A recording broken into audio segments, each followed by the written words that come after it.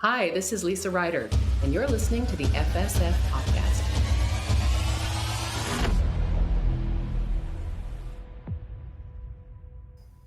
Hi, guys. Welcome to the FSF Podcast. I'm Tim. I'm your host. Of course, Kathleen over here is my co-host. Today, our guest is an actor you've seen in movies and TV shows like Jason X, Forever Knight, Earth, Final Conflict, and of course, 109 episodes of Andromeda as Beka Valentine. We are very excited and happy to welcome Lisa Ryder to the FSF Podcast. Welcome to the show, Lisa. Thank you. Yeah.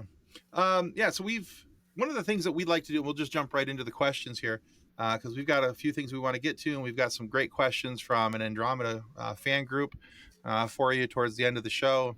But one of the things we love to start off with is because we're nerds, we fly that flag proudly, and even in many Funko Pops.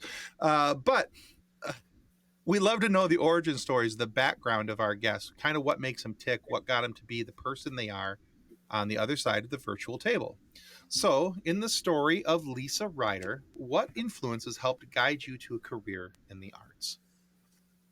You know, I grew up as a Mennonite girl in Edmonton, so you wouldn't think I'd get into the performing arts, but somehow my mother was a big. My parents were divorced when I was young, and my mom was a big believer in lessons, so got me Okay. into dance lessons, all kinds of lessons. I was in drama lessons and dance lessons and a lot of performing. I was always interested in performing.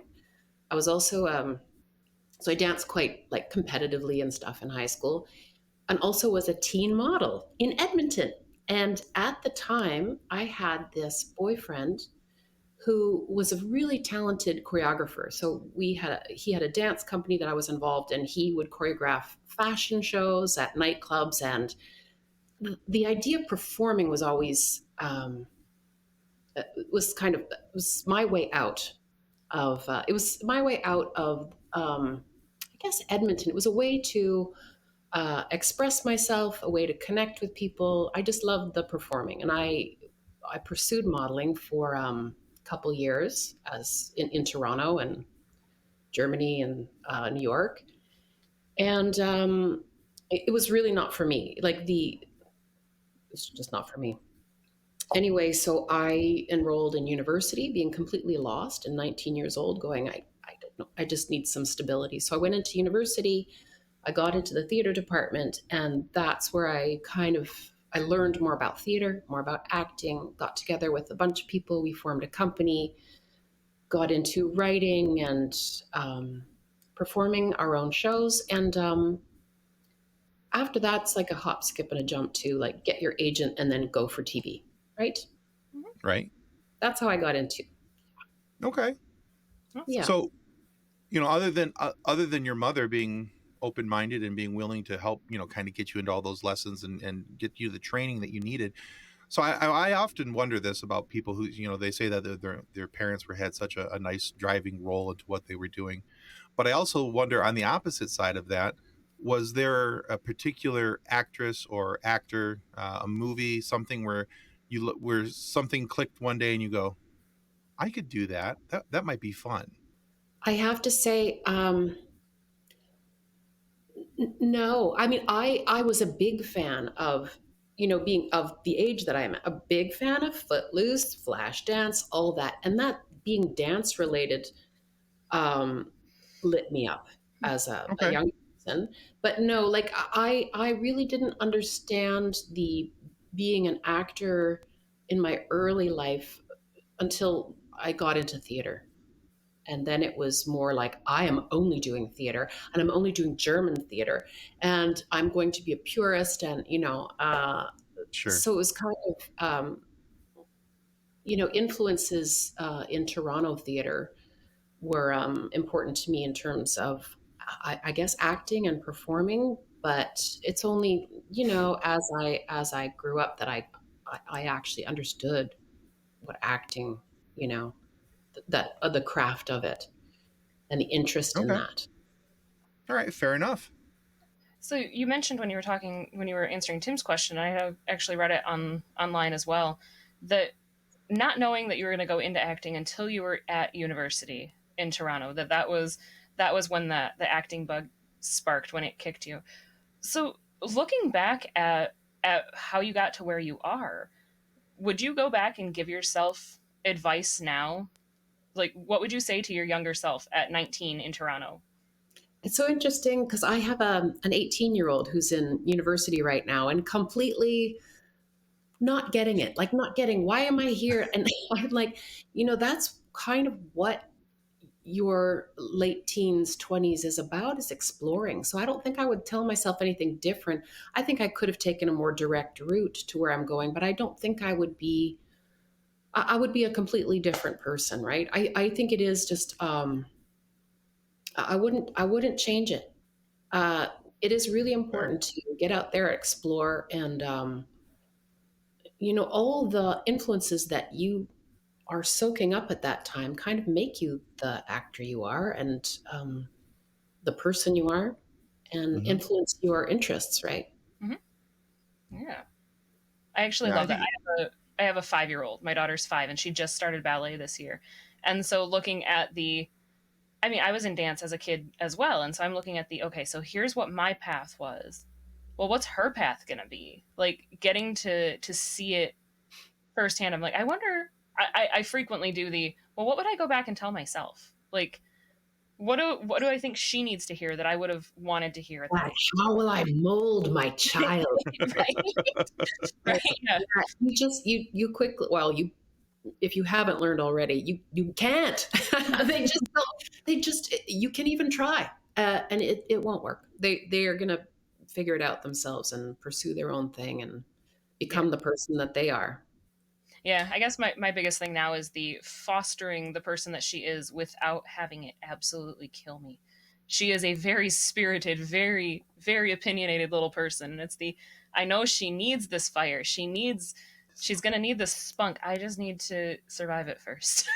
Because she's Yeah, not at all like her mother, not even a I little bit. do, but it'll be less hard on you later when she's got a mind of her own as a teenager and was like, no, that doesn't work for me, or that it's going to be good. It is. It is. It's going to be And amazing. good for you for recognizing that. Is it- It's really it's fun to see. Yeah, And it's I'm fun to having a see. hoot watching it from the sidelines. So Of Yeah, course. that's right. Yeah, it's funny is there have been a couple of people in our life who have done the, well, you know that if you want her to be more submissive, this is the age that you have to start ingraining that into her head. And I'm like, yeah, no, she's, Oh, I'm we not don't gonna, we don't no, really need submissive women. I don't think. no, we Why? don't. You No, we just got don't. to keep a sense of humor about it, I think. Yeah, no, it 'Cause was the, I'm like, yeah, my husband told me that one of his friends had done the, she's still young enough. You can change that attitude, and I'm like, no. negatory, good buddy. I don't think I could if I tried, even with her. why? Why do you want to take a perfectly good kid and then crush it? Just crush No. it.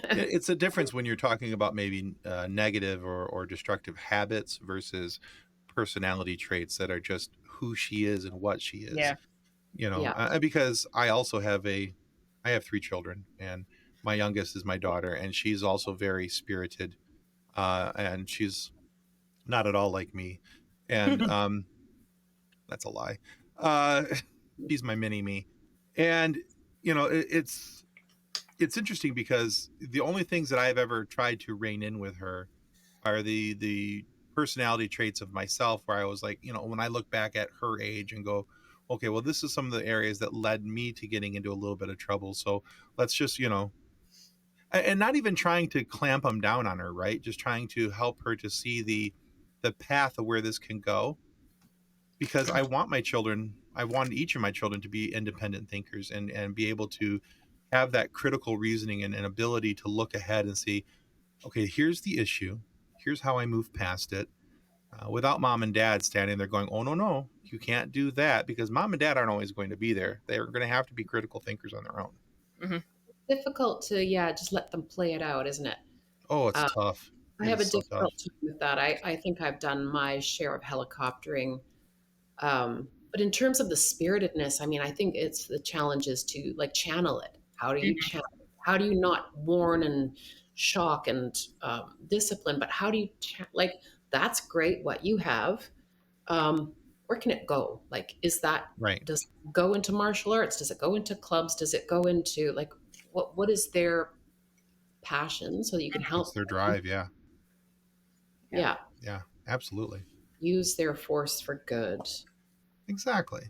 Exactly. Yeah. So, like I actually I've used that almost that exact sentence with my daughter when talking about stubbornness, because I'm like, I'm a very stubborn person, a little bit, kind of, and I just told her, I'm like, that could be a force for good or for evil. It depends on how you use it. If you're stubborn because you're trying to do the right things and you refuse to do the wrong things, then stubbornness is fantastic.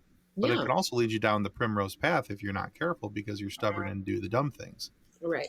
So Right. it's all in how you guide it, how you direct it. But they got to figure out some of that for themselves. Yeah. At least that's my As opinion much on as we things. know that it's going to hurt. Exactly. It's not always comfortable to watch, but you gotta let them stub their toes every now and then so they know where the boundaries are. You know, Yeah. That's a tough one.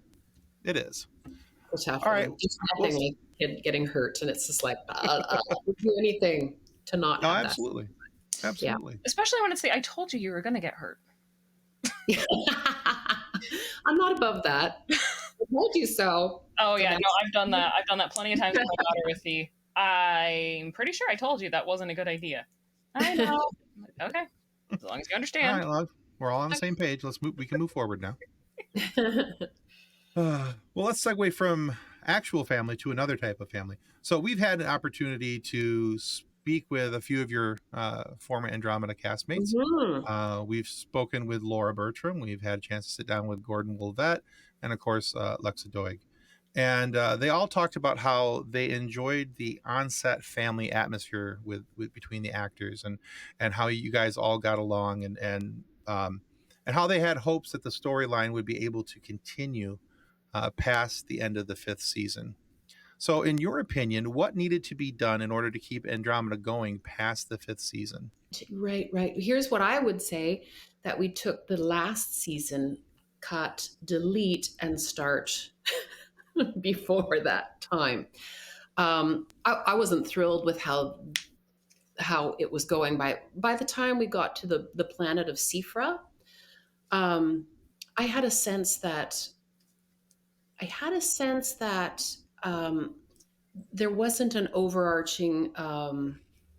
I Mm-hmm. had a sense that it was a little bit like I was having a hard time keeping up with it. So in order to continue it, and I think that show had so much promise. A lot of When I potential. first auditioned for it and read the Bible that Robert had written, I was quite jazzed, and I think we all were. So many worlds and established planets, established orders, kind of arcs that were, going to unfold. Um, when Robert left, those ideas kind of were abandoned a little bit, and I would have loved to see how that world would have played out. Okay. Um, there were plenty of interesting, fun things that were explored, like after he left, but I really liked his cohesive vision, and I think it would have done well for the show. Another thing that's been thrown out there in some fan groups and on some discussion boards is the possibility of people always look back and they go, what show could be with deserving of a reboot, of a fresh start? And a lot of people actually feel that Andromeda is one of those shows that there's so much potential left on the table with this show that there's opportunity for that to happen.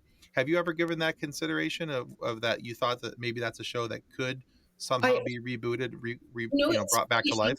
After we finished the show, I was like, as with any long running show, you're just like, oh, you think I'm done. I'm done.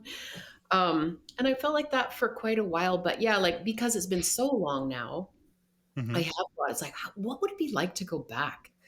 Um, I think that is a fun idea, super fun idea.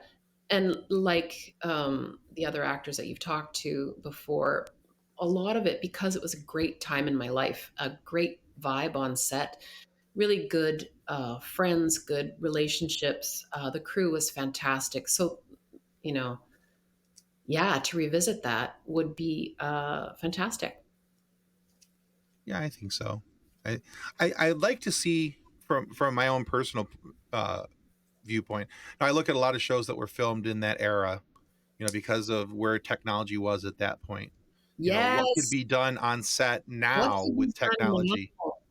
I mean, I there were so know. many things that Andromeda was trying to accomplish that I think that they got it to, like, it needed to be here, and it was like, just it was just so close, but they were at their limits of their technology. It was not because of anything that they were doing that was bad, It but I was a think that time, they're and it still is a time of incredible growth in terms of yeah, that, in terms of yeah. special effects, and yeah, I'd, yeah, I'd and be so so quick was curious. outdated, right? Like Yeah.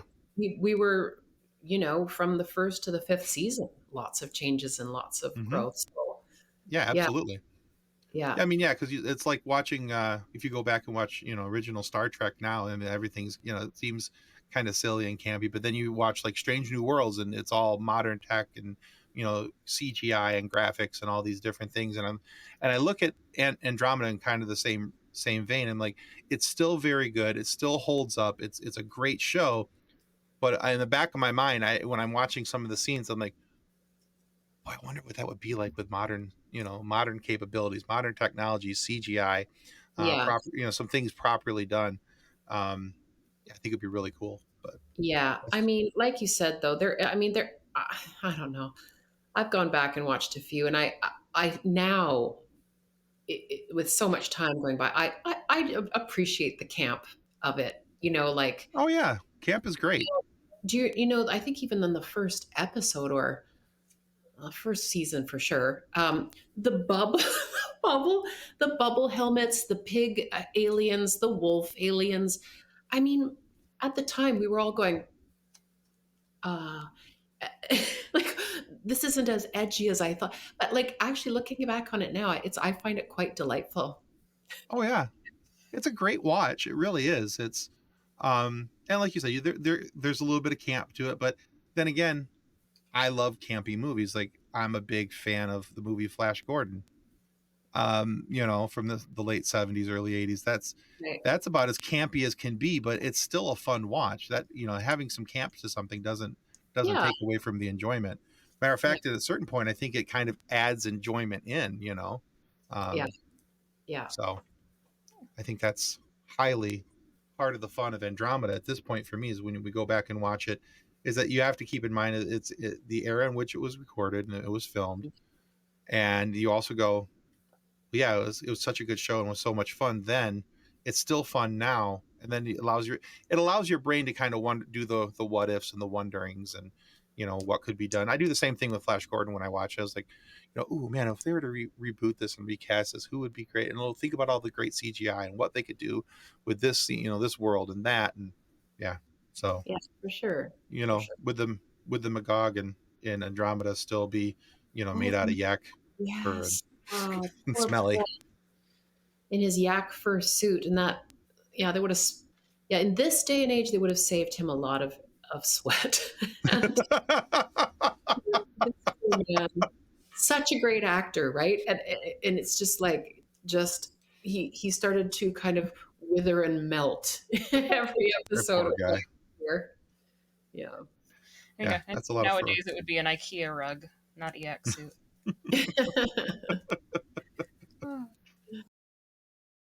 So, like Tim mentioned, we've gotten to speak to some of your former co-stars, and looking at your previous work and at Lex's previous work, you guys were both in Jason X, and in Jason X, you play the AI bot and Lex is the human. But then in Andromeda, you guys have a bit of a role swap where you're the human and Lex is the AI bot. Did you guys Uh, ever discuss the irony of those situations of you guys kind of yeah, role swapping? yeah, and in fact, I think there were costume pieces that were consistent between one show and the other too, and we're like, this is crazy. Like, I had the same boots as I, um, yeah, we thought that was kind of crazy. It was a crazy time. There was actually overlap between Jason X and Andromeda, and I think I went out to Vancouver to do Andromeda first before Alexa, or had a few days. Mm-hmm. Came back and reported to her, and I'm like, this is what it's like on set, and this is what you can expect. And then, like, I think we were going back and forth a little bit. Oh, that's Um, cool. yeah. Was one of the roles easier for you to play? Was it easier to be the human or to be the AI? Or Well, I just adored being an AI. Like, it was so much fun for me. And like I say, this is a little bit my background of performer. Mhm. I like dress up. I like those. I like those kind of choices, like those big kind of, like being an android. Honest to God, the dress up of it, the bad wig, the fake chest, the action of it, like Mhm. all that action sequence. I just adored it. At the beginning was more fun than Beka, because at the beginning I didn't know what to make of Beka, and I was just trying to figure it out. Whereas with an AI, I go, oh, that's what it is. I get what's happening here. With Beka, there was a certain amount of just trying to figure it out, you know, during the first season. But as I settled in, as I was given storylines for Beka, Mhm.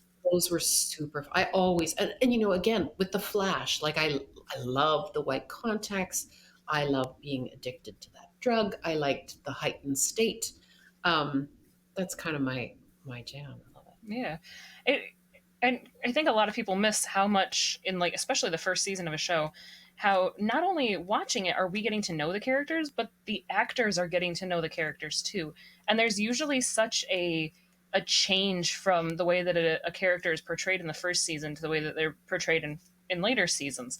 And I think For that's a sure. lot of the times that shorter run TV shows actually get robbed of that character build.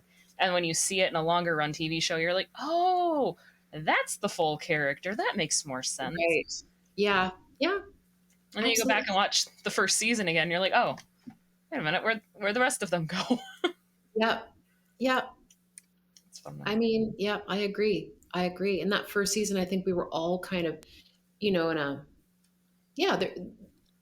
It's all written for you in the Bible and stuff, but like when you're fleshing things out, I was told, Becca's a hard ass, and she's a pirate, and she's Hanna Solo, and that always wasn't always reflected in the scripts I was given. Mm, So there was a lot of conversations with Roberts, like, what do you mean by, you know what I mean? And sometimes you realize, right, they're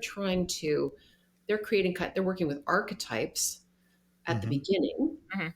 and then they flesh it out when they see what you're doing. You're altering what you're doing. Like it is collaborative, Yeah. in essence. At some point, I remember them saying, like, the intention was always for Dylan and Becca to have this tension. Um, and I don't know, halfway through the first, and they would do things like, take my clothes off and have me coming out of the shower and bumping into Dylan, like trying to stage this chemistry. And at some point, one of the executives was like, you guys, that's not going to happen. I'm like, yeah. And then it became just because of the chemistry that I naturally had with Keith Cobb. So like, hey, I see this happening on set. Like, so then they pursued that storyline. It's they're watching what we're doing. We're trying to, Mm-hmm. we're paying attention to the clues that they're giving us, but it's not a play. It's not written in stone. And then you get mine the clues, and then it's there for you. It is ongoing, and it is a conversation. I love that. Well, that's Hmm. cool too. It's neat. So two things about that. Number one, I love the fact that you called Beka Hanna Solo, and that actually makes a whole lot of sense in my brain. Um, it really actually does. Not to mention, I'm a huge Star Wars fan, and Han Solo is my favorite character of all time. So as soon as you said that, it was like light bulb went off. I was like, oh, Wait a minute. I get that reference. That totally makes sense. Okay, we can go with this. Um, but the other thing I like about what you just said is I like the fact that the writers for the show were paying enough attention that they did not force something, because as an audience member, we can tell when something's getting pigeonholed in, and there's well, that character relationship really doesn't work, but here we go, we're doing it anyway. Robin and Ted So Mosby. What did you yes, say? Robin and Ted in How I Met Your Mother. that's a Okay. very, yeah, that's a, I mean, speaking of a pigeonholed. that was the beauty of Robert Hewitt Wolf being in Vancouver on the set always, like he was there. Um, eh, yeah, and I guess that's the thing about a showrunner, right? It's just like it's really hands on. It is they're in there paying attention Hmm. Right. to what's working and what's not working, and of course he's getting it from all ends. He's getting it from producers. We want it more this way, and the actors are like, what does this mean? Like that showrunner is the person who has to, you know, pay attention to everything and make that all work in their vision of the show. So Yeah, very cool. All right, Lisa. So we've got some questions for you. Not that we don't have already had questions for you, but we're part of an Andromeda fan group, and a lot of the people in that group are excited to know that we were talking with you today. And so we gave them a chance to ask you some questions. We're like, hey, you want to ask Lisa some questions? They're like, heck yeah, we do. And they sent them on in. So we've got a handful of questions here that we selected for you from those fine folks. So here goes. And the first name I'm going to totally obliterate. And Linda, I just want you to know I am so very sorry, but I'm going to give this the old college try. Linda Higashiyami. And I am so sorry. Higashiyami. Let's go with that. You can correct me later. I'm available through Facebook. You can tell me how bad I did. So, with last name like Bicycle Linda, I understand slaughtering of names. Trust me. Uh, So Linda wants to know, was there a story arc that you would have liked to have had for your character, Beka Valentine, but it didn't make it into the show? yeah, I mean, yeah, I sure, lots of them.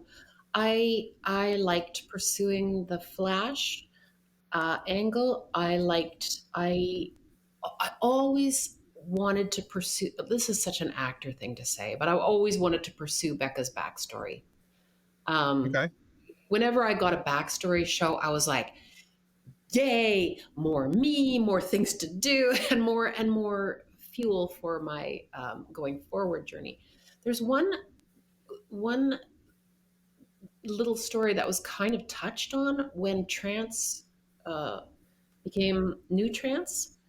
There was Becca showed up from the alternative reality, and who had red hair, and she was a bit of a cyborg at that point, and that was like a I think 10 seconds on screen. And I really would have loved to pursue that alternate reality line. Anything like that, I love. I would love. That would be fun. Okay. Very good. More of the alternate reality, that would be. I love alternate realities. I would have liked to spend more time in that. You know what I mean? Hmm. Definitely. Yeah. So Thomas Bivens asked, what was your first thought when you entered the Maru set? Was there anything that you wanted to add to it? I was totally, I loved the Maru set much more than the Andromeda set because just the way the both sets are, when you walked into the Maru set, you were walking into an actual ship. Like it had sides, a back, a front, like it was just very immersive, right? Whereas the Andromeda set was, it's like the nose was all, it was like a stage more. So just for the actors, it just felt like I was really in a ship, and I loved it. I loved that it was rusted and clunky, and I loved the bunk beds. I what do I don't want to add to it? I mean, it was pretty great. They had a kitchen. We had yeah. No, I loved that set a lot. That's cool. I never would have thought about the difference between the way the sets were set up like that. That's cool. That the Yeah. It's well because the Andromeda was so large, right? Like this whole like the whole front part was missing. That was just the studio. And then we were mostly like it was kind of like a proscenium almost, like a stage. Whereas the Maru, yes, you'd get the whole crew in. the Maru with you, like in their corner with the, the camera, and it's all crowded, and it was. Sometimes they take the nose cone off, and then, you know. All right, let's see. Chris Pate asks, what was it like meeting John Delancey? Did he have any Star Trek behind the scenes stories for you guys? I do not remember any. I guess I was a fan, and I was a little intimidated by him because I was a fan Mm-hmm. of him, and I didn't want to be like this raving. Can you tell me? I I felt a bit. I don't know. I really loved his work. I loved working with him. I don't think I asked for stories, and I don't think he held forth with stories either. He was, working on scenes with me, and so I don't. I'm sorry to say, it's probably a disappointing answer, but I don't think I got stories.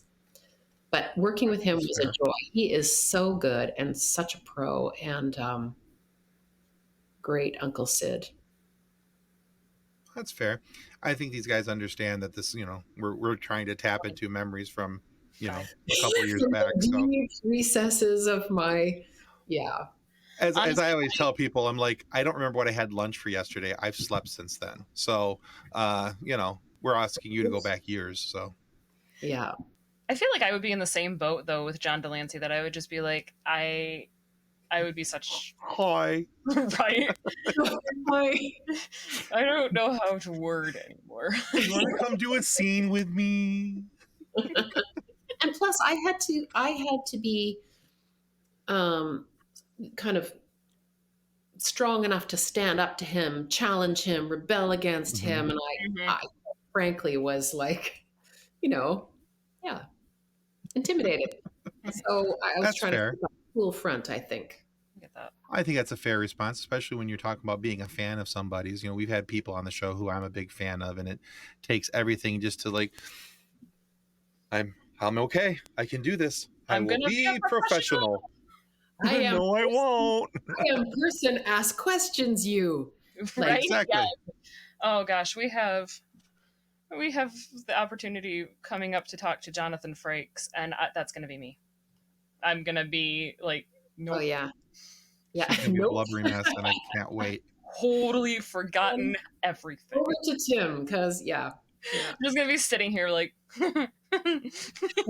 oh boy, I giggle. He asks. Go do thing.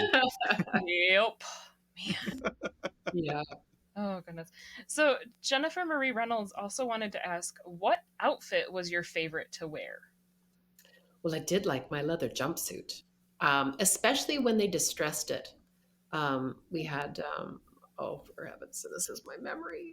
Our costume designer, Tony, took all my wardrobe from the first season and just tore it up, had added mesh, distressed it. And so that black jumpsuit, which was pretty cool, it was made for me. I was comfortable in it. It was pleather. It was a weight loss strategy. I can't believe like how much pleather.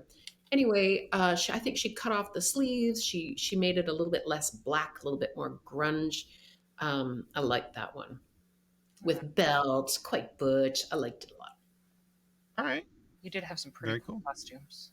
I Yes. really, yeah, I'm looking at the Google pictures, and I'm like, oh man, I forgot how cool some of your outfits were. I know, really cool. They had quite Badass Hanna Solo. cool pants. Mm-hmm. Pants with pockets and low slung and yeah, she was a crazy creative mind, Tony.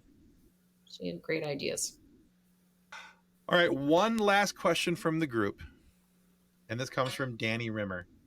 Danny wants to know, why is she so awesome? Let's see. Why is she so awesome? Is Becca awesome or is I Lisa? think he means I think he means Lisa, but we can go with both. Well, that's very sweet. Very sweet to hear. I don't know. I don't know. It's an impossible question to answer. She just is. She just is. Oh, But why is Becca so awesome? I mean, Becca. I thought Becca was awesome because Becca was like um, a rebel, like an orphaned rebel from a tough, tough circumstance and a survivor. And I I dug that about her. A little bit of a criminal, a little bit of a heart of gold. I thought she was awesome. Hanna Solo. I will never not see her as Hanna Solo anymore. Uh, My brain literally went. Susie said that. So. so Lisa, we like to end our show with a silly question because some of our other questions are obviously so serious that we feel that we need to just throw an extra silly one out there at the end. And this was actually a question I had come up with a while ago, again because I have a 5-year-old, and it's one of those things that as an adult nobody asks you, nobody seems to care anymore, and I think that that's awful. So Lisa, what is your favorite dinosaur? I have to go for like T-Rex. I mean, because of cuteness, because of like the little, because Their of little this, arms, just because of this. their little, yeah, their little Probably a arms are so pedestrian weird. answer. You probably wish I would have said something obscure, but really, this is so cute. So cute. It is. It is, and it's so funny. Is I've always been a fan of the T Rex as well, and then especially like watching Jurassic Park, and they seem so scary in Jurassic Park.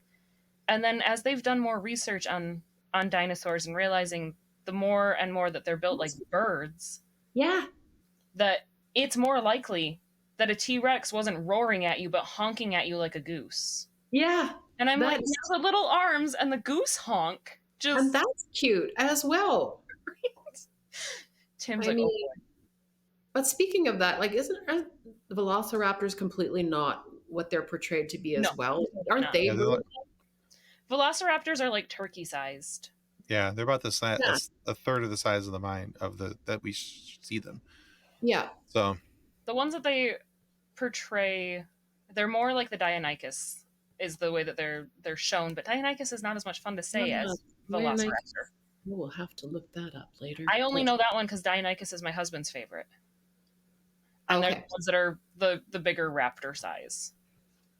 But also a friend of the show's has a beautiful rant about Velociraptors and the fact that they they get too much credit for being turkey sized, and then they get basketball teams named after them, and it's like, yep, that's right.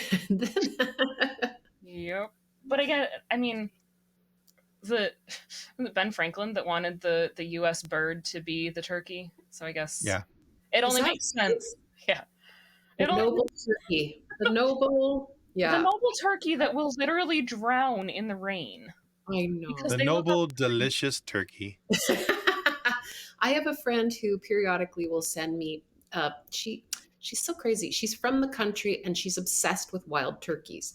So every time, and I think she's ridiculous because she will always videotape her hunting for the wild turkeys. So now she hunts for wild turkeys, not hunts them, but she's always in pursuit of them.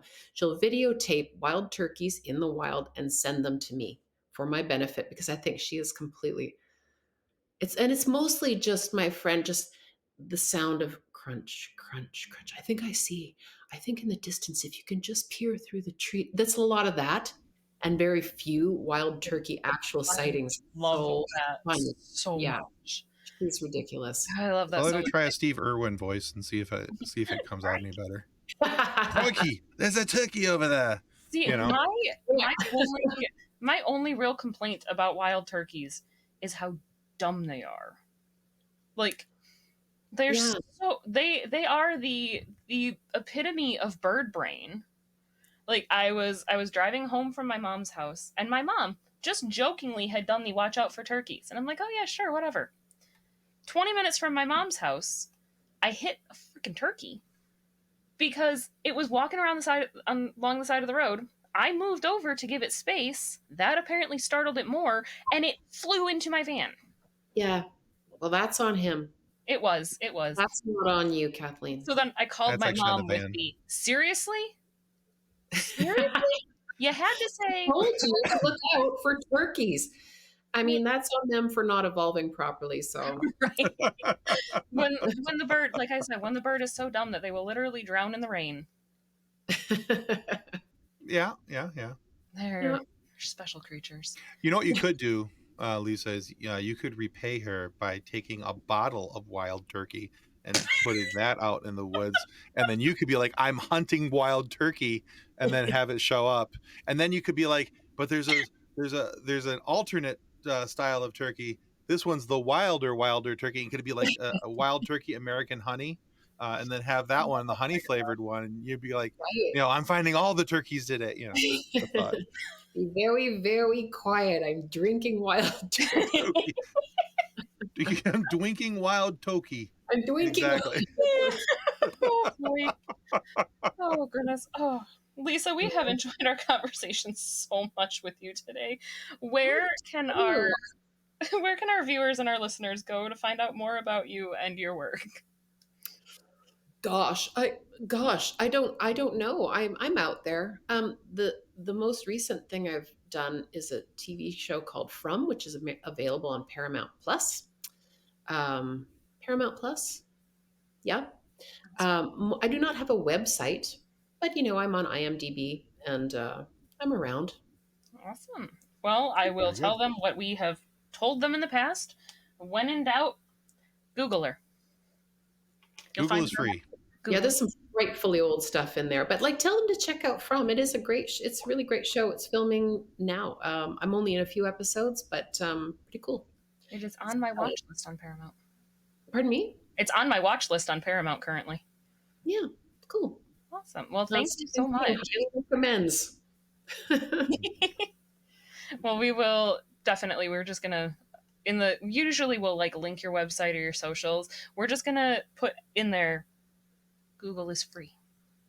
And we'll put in a link for the Yeah, show. I have to say, the Instagram. I mean, I am on Instagram, but I don't trust Instagram anymore.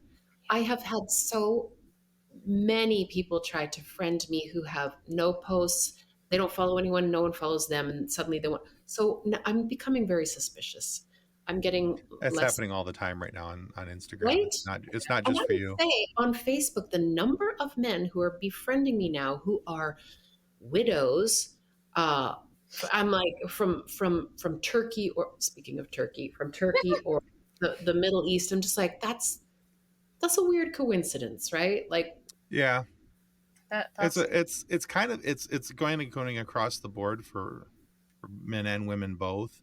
I've been Yeah, I talking know. with some friends who are on Twitter or whatever you decide to call it these days, but they're having the same problem, but they're men and they're getting followed and friended by these 18 to 20 something year old girls, but it's not because they want to be friends. It's other reasons, and so it's all very odd.